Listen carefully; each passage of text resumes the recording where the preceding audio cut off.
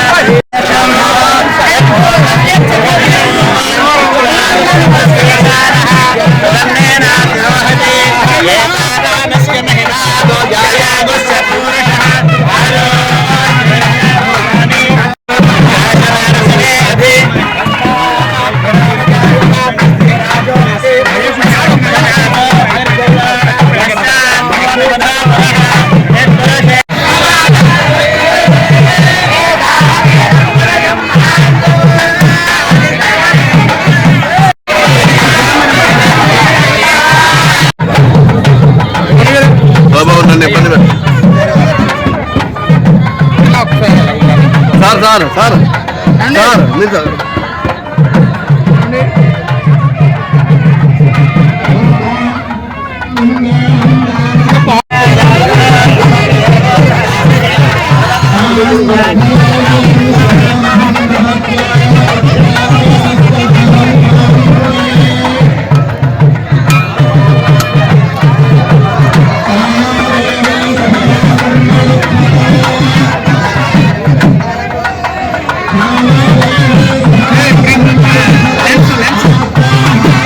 Flat స్వామి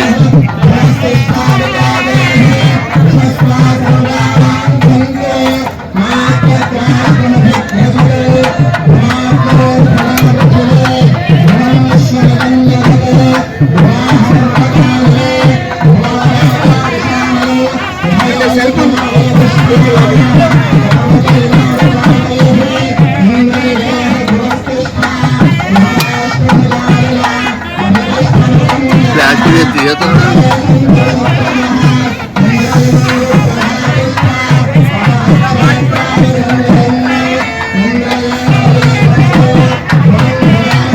ना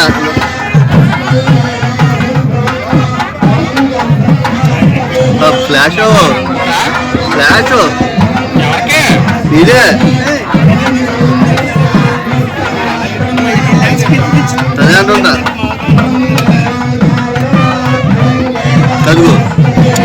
दादी है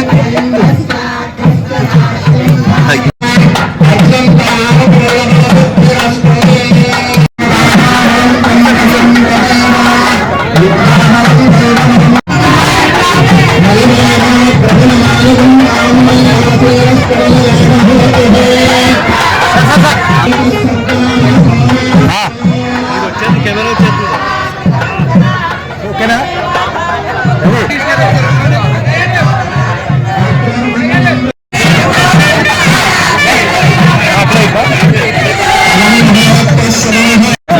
చాలండి చాలు లాగేస్తున్నా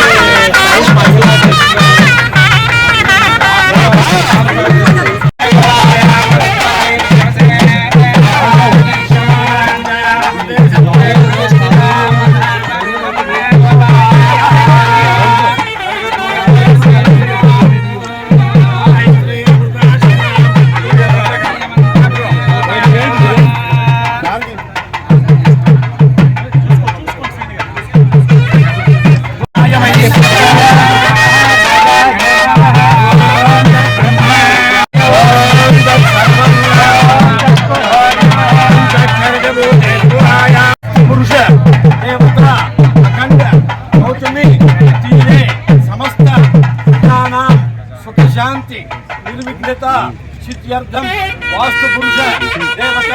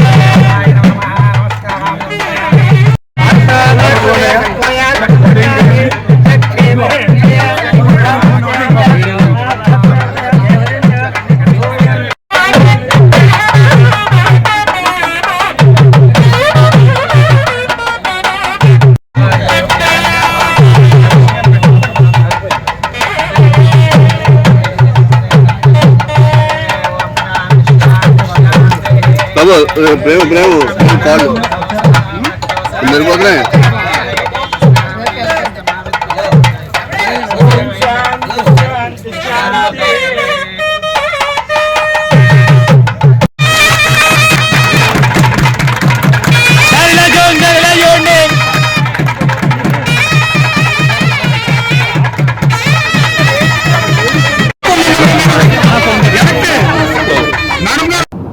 ఈరోజు ప్రధానంగా ఈరోజు ఉదయం నుంచి మొదలుపెట్టాం గోదావరి పుష్కర ప్రారంభ కార్యక్రమాలు. గోదావరి పుష్కరాలు 2027 జూన్ 26 నుంచి ప్రారంభమవుతాయి. వీటికి ముందస్తుగా ఈ చుట్టుపక్కల ప్రాంతాల్లో ఉన్నటువంటి అన్ని ఆలయాలని అవసరమైన మేరకు పునర్నిర్మాణం జరగాలని, ప్రత్యేకమైనటువంటి ఏర్పాట్లు చేయాలని ఇప్పటికే రాష్ట్ర స్థాయిలో 3 సమావేశాలు పెట్టడం జరిగింది. ఒకటి ప్రధాన కార్యదర్శి గారు అధికారులతో పెడితే, రెండవది సాక్షాత్తు ఈ రాష్ట్ర ముఖ్యమంత్రి శ్రీ చంద్రబాబు నాయుడు గారు 12 మంది ఈ గోదావరి పుష్కరాల పరిధిలో ఉన్నటువంటి మంత్రుల్ని ఒక సబ్ కమిటీగా వేసి సెక్రటరీలని మంత్రుల్ని కలిపి కార్యక్రమం పెట్టడం జరిగింది. వారి సమీక్ష కూడా చేశారు. వారు కొన్ని సూచనలు ఇవ్వడం జరిగింది. అనేక విషయాలని వారు ప్రస్తావన చేయడం జరిగింది. ఎందుకంటే ఇక్కడ ఉన్నటువంటి మా అందరికన్నా చంద్రబాబు నాయుడు గారికి పుష్కరాల విషయంలో చాలా అనుభవం ఉంది. ఎందుకంటే గడిచిన 2 ఇప్పుడు జరిగే ఈ 3 పుష్కరాలకు కూడా ముఖ్యమంత్రిగా శ్రీ చంద్రబాబు నాయుడు గారే గోదావరి కృష్ణా పుష్కరాలను నడిపినటువంటి అనుభవం కలిగినటువంటి వ్యక్తి. ఉమ్మడి రాష్ట్రానికి ముఖ్యమంత్రిగా, ఇవాళ విడిపోయినటువంటి రాష్ట్రానికి ముఖ్యమంత్రిగా ఈ పుష్కరాలను నిర్వహించడంలో వారే ఎక్కువ అనుభవజ్ఞులు. వారి సూచనలే ఇవాళ ఈ విజయ పదం వైపు గోదావరి పుష్కరాలను నిర్వహించడానికి ఏర్పాట్లు చేస్తూ ఉన్నాం. అలాగే ఉమ్మడి తూర్పుగోదావరి జిల్లాలోని అన్నవరం దేవస్థానంలో ఈరోజు కొన్ని కార్యక్రమాలని ప్రారంభించి, ఒకటి ప్రారంభం, ఒకటి శంకుస్థాపన చేయడం జరిగింది.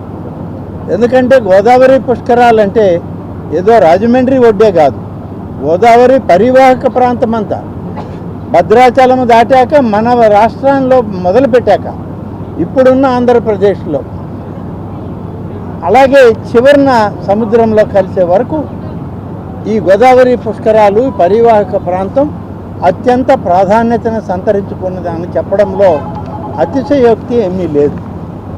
ఇవాళ మనం రాజమండ్రి ఈ యొక్క నగరంలో దాదాపు 9,55,00,000 రూపాయలతో 6 పనులకి శ్రీకారం చుట్టాం, శంకుస్థాపన చేయడం జరిగింది. ఈరోజు పార్లమెంట్ సభ్యులు జిల్లా మంత్రివర్యులు, జిల్లా ఎమ్మెల్సీలు, స్థానిక ఎమ్మెల్సీ, ఎమ్మెల్యే అందరం కలిసి ఈ కార్యక్రమంలో పాల్గొంటూ ఉన్నాం. ఇది ఒక 2 వారాలకు ముందే అందరం కలిసి మాట్లాడుకున్నాం.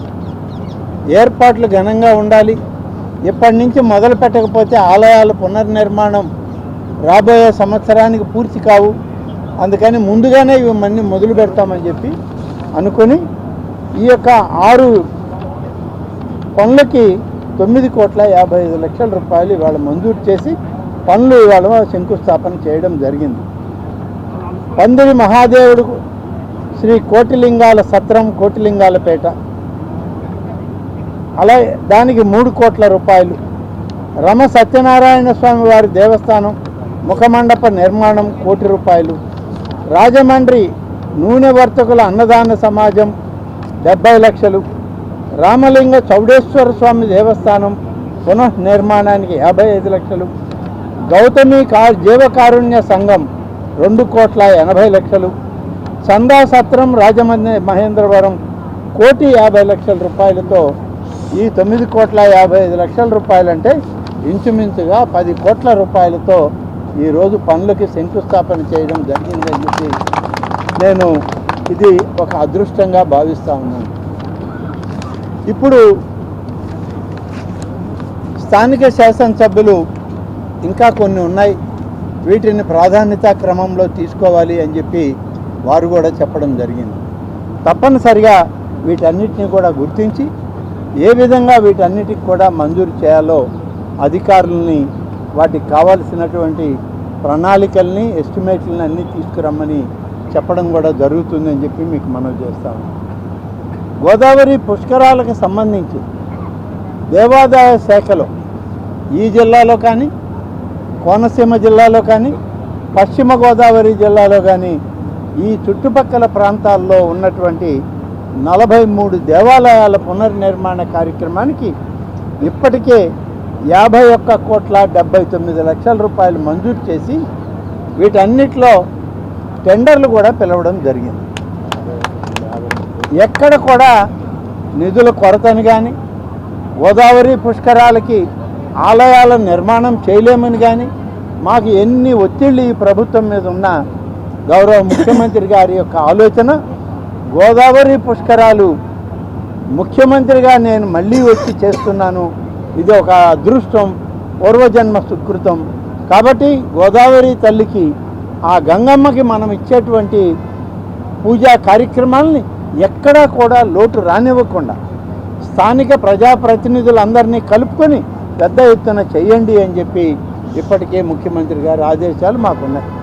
కూటమి నాయకులు శ్రీ ఉప ముఖ్యమంత్రి పవన్ కళ్యాణ్ గారు, అలాగే భారతీయ జనతా పార్టీ కేంద్ర ప్రధానమంత్రిగా ఉన్నటువంటి మోడీ గారు, ఇక్కడ ఉన్నటువంటి నాయకులు వీళ్ళందరూ కూడా కలిసి మాకు ఇచ్చేటువంటి పూర్తి సహకారంతో ఈ యొక్క గోదావరి పుష్కరాలని విజయవంతంగా జరపడానికి ఏర్పాట్లన్నీ కూడా పూర్తి చేస్తున్నామని చెప్పి నేను మీకు మనవి చేస్తూ ఉన్నాను. ఈరోజు మీరందరూ తూర్పుగోదావరి జిల్లా ఏ విధంగా పనులు జరుగుతున్నాయి, ఏ విధంగా మనం పనులు మంజూరు చేస్తున్నాం ఒక్కసారి మీరందరూ గమనించాలి.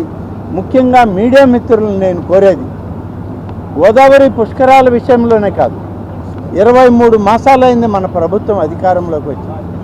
ఈ 23 మాసాల్లో అత్యధిక ప్రాధాన్యతను ఇచ్చినటువంటి శాఖ దేవాదాయ శాఖ. ఇతర అనేక శాఖలు ఉన్నాయి, ఇరిగేషన్ ఉంది, రెవెన్యూ ఉంది, పోలీసు ఉంది, పంచాయతీరాజ్ ఉంది, అనేక శాఖలు ఉన్నాయి. వీటన్నిటిలో ఆధ్యాత్మికంగా ఈ రాష్ట్రాన్ని ముందుకు నడపాలని, భగవత్ సాన్నిధ్యానికి ప్రతి ఒక్కరిని దగ్గర చేయాలనేటువంటి ఒక తపన, తలంపుతో గౌరవ ముఖ్యమంత్రి గారు, ఉప ముఖ్యమంత్రి గారు చేసినటువంటి ఒక ప్రయత్నం. మంత్రి గారు, దేవాలయ మంత్రి గారు టోటల్గా అన్ని దేవాలయాలకి నిధుల్ని వారు మంజూరు చేశారు. వారికి ధన్యవాదాలు తెలియజేస్తున్నాను. అదేవిధంగా పుష్కరాలకి కూడా మా యొక్క ఘాట్స్కి టీటీడీ తరఫున కూడా ఒక 200 కోట్లు ముఖ్యమంత్రి గారి ద్వారా ఇప్పించాలని నేను కోరుతున్నాను. ఆలం రామనారాయణ రెడ్డి గారు ఒక శాఖ పరంగా పుష్కరాలు సమీపిస్తున్న తరుణంలో ఈ నియోజకవర్గ పరంగా ఏదైతే ప్రసిద్ధి కాంచిన దేవాలయాలు ఉన్నాయో వాటి యొక్క అభివృద్ధి కోసం, లేకపోతే ఏదైతే ఎండోమెంట్స్ కొన్ని కమిటీలు ఉన్నాయో అక్కడ కొన్ని నిర్మాణాలు చేసుకోవాల్సిన పరిస్థితులు గుర్తించి గౌరవ మంత్రి గారి దృష్టికి నేను కానీ, గౌరవ ఎంపీ గారు పురంధేశ్వరి గారు కానీ, శాసన మండలి సభ్యులు సోము వీర్రాజు గారు కానీ ప్రతిపాదించిన ప్రతి దాన్ని కూడా పరిగణనలో తీసుకొని ఫేజ్ 1 కింద ఈ రోజున 9,55,00,000తోటి శంకుస్థాపన కార్యక్రమాన్ని అధికారికంగా ప్రారంభించుకున్నాం. చాలా గర్వంగా చెప్తా ఉన్నాం. ఈ యొక్క నియోజకవర్గంలో 14 ఎండోమెంట్స్ కమిటీలు గాను జనసేన పార్టీకి 2 కమిటీ చైర్మన్లు, బీజేపీ పార్టీకి నగర క్షేత్ర పాలకులు వేణుగోపాల స్వామి దేవస్థానం ఒక చైర్మన్, మిగిలిన కమిటీలు ఏదైతే ఉన్నాయో తెలుగుదేశం పార్టీగా కూటమి యొక్క నాయకులందరికీ కూడా గౌరవం ఇచ్చే విధంగా మొదటి సంవత్సరం లోపే 14 కమిటీల్లో కూడా సుమారు ప్రతి కమిటీకి కూడా 10 నుంచి 11 మంది వారందరికీ కూడా కమిటీల్ని నామినేట్ చేయడం, ప్రమాణ స్వీకారోత్సవ కార్యక్రమం చేసుకోవడంతో పాటు వారు ఆ యొక్క దేవస్థానం ఒక అభివృద్ధి కార్యక్రమాల్లో పాలు పంచుకుంటూ సనాతన ధర్మాన్ని కాపాడుకుంటూ భక్తుల యొక్క మనోభావాల్ని గౌరవిస్తూ అన్ని కార్యక్రమాలు కూడా చేయడం జరుగుతోంది. గత 5 సంవత్సరాలుగా ఏనాడు కూడా ఇలా కమిటీలు వేయడం లేదు. దేవాదాయ శాఖ ఒక ఏదైతే పవిత్రతను పరిరక్షించే కార్యక్రమాలు ఏనాడు కూడా జరగల.